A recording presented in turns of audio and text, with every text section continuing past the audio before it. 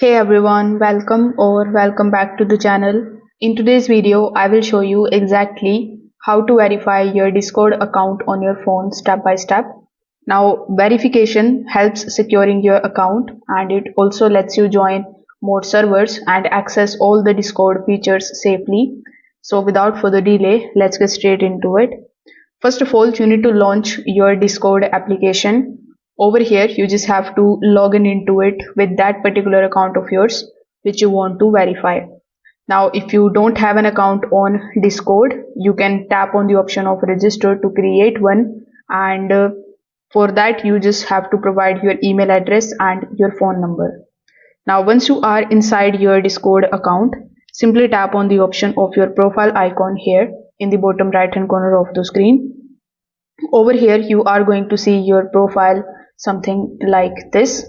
Now over here, if you see your email address, username, your phone number stored, if you see any kind of verify your email option, you just have to tap on that and verify that particular option. Now since I've already verified my email address and my phone number, that's why it is not showing me that option. But over here you will find your email address, so you will have to verify the email address which is linked to your Discord account.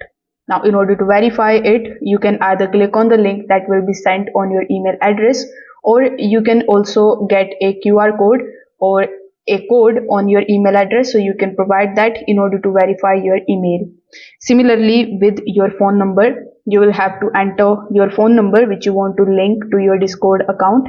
Then a 6-digit SMS will be sent on your phone number. You need to add over here and verify your phone number. Now once you have done that, tap on the option of this gear icon on the top right hand corner of the screen. Over here you should see both your email address and your phone number listed as verify, and if you see that, this means that your account is now fully verified and protected. Now, if you want, you can also enable the two-factor authentication by coming over here in the settings and going in your account. If this video helped you out, make sure that you like this video and subscribe to the channel. Thanks for watching.